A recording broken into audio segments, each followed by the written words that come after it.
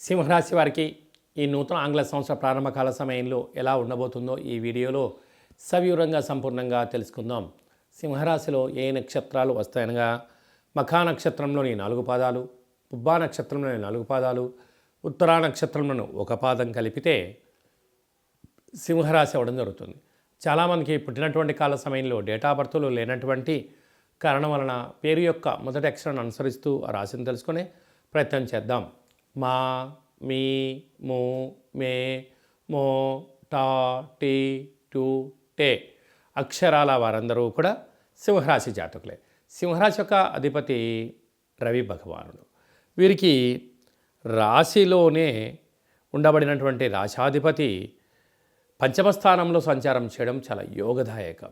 2వ స్థానంలో కుజుడు, పంచమ స్థానంలో బుధాదిత్య రాజయోగ కారణం వలన ప్రభుత్వ ఉద్యోగంలో ఉండబడిన వారికి ప్రభుత్వ ఉద్యోగ అవకాశాలు, ప్రభుత్వ ప్రమోషన్స్ రావడం, మీరు అనుకున్న ప్రాంతానికి ట్రాన్స్ఫర్ అవ్వడం, అక్కడే బుధుడు ఉండడం వలన నూతనమైన పెట్టుబడులు, వ్యాపారాలు, ఆకర్షణ, అద్భుతమైన ఆనందానికి సింహరాశి వారికి కొదవలేదు అని చెప్పి గమనించాలి.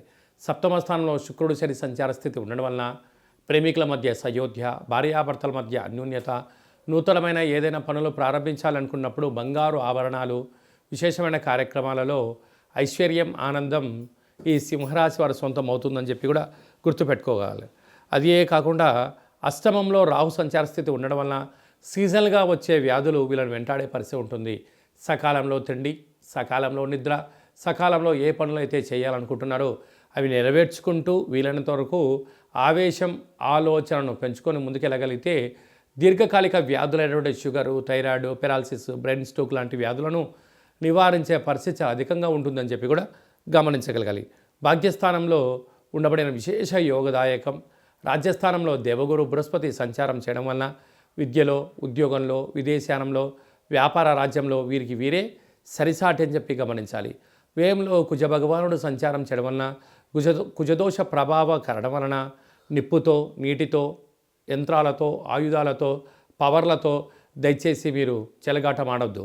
ఎందుకనగా వ్యయంలో కుజుడు ఉండడం వలన కుజదోష ప్రభావం కారణం వలన రుణ సమస్య, రోగ సమస్య అధికమవుతుంది.